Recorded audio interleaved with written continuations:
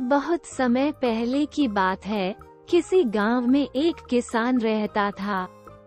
वह रोज भोर में उठकर दूर झरनों से स्वच्छ पानी लेने जाया करता था।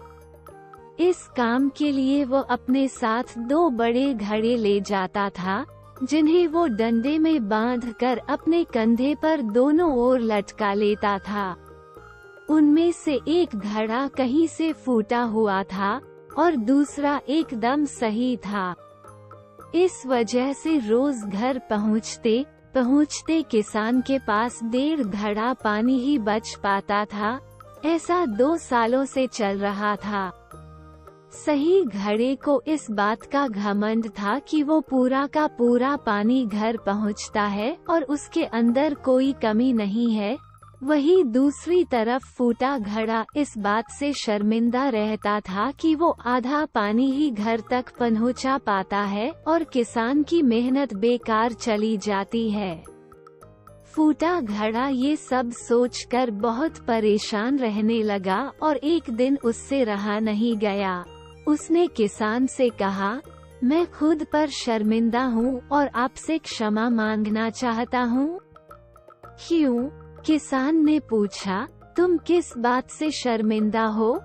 शायद आप नहीं जानते, पर मैं एक जगह से फूटा हुआ हूँ और पिछले 2 सालों से मुझे जितना पानी घर पहुँचाना चाहिए था बस उसका आधा ही पहुँचा पाया हूँ।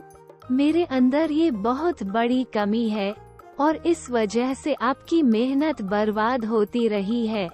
फूटे घड़े ने दुखी होते हुए कहा। घड़े ने वैसा ही किया। वह रास्ते भर सुंदर फूलों को देखता आया।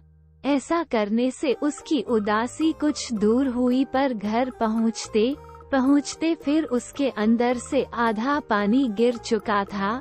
वो मायूस हो गया और किसान से क्षमा मांगने लगा। किसान बोला, शायद तुमने ध्यान नहीं दिया, पूरे रास्ते में जितने भी फूल थे वो बस तुम्हारी तरफ ही थे, सही घड़े की तरफ एक भी फूल नहीं था। ऐसा इसलिए क्योंकि मैं हमेशा से तुम्हारे अंदर की कमी को जानता था और मैंने उसका लाभ उठाया।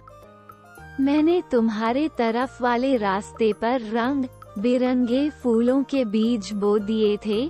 तुम रोज थोड़ा थोड़ा करके उन्हें सींचते रहे और पूरे रास्ते को इतना खूबसूरत बना दिया। आज तुम्हारी वजह से ही मैं इन फूलों को भगवान को अर्पित कर पाता हूँ और अपना घर सुंदर बना पाता हूँ। तुम ही सोचो, अगर तुम जैसे हो वैसे नहीं होते तो भला क्या मैं ये सब कुछ कर पाता? दोस्तों, हम सभी के अंदर कोई ना कोई कमी होती है, पर यही कमियां हमें अनोखा बनाती हैं। उस किसान की तरह हमें भी हर किसी को वो जैसा है वैसे ही स्वीकारना चाहिए और उसकी अच्छाई की तरफ ध्यान देना चाहिए। और जब हम ऐसा करेंगे तब फूटा घड़ा भी अच्छे घड़े से मूल्यवान हो जाएगा।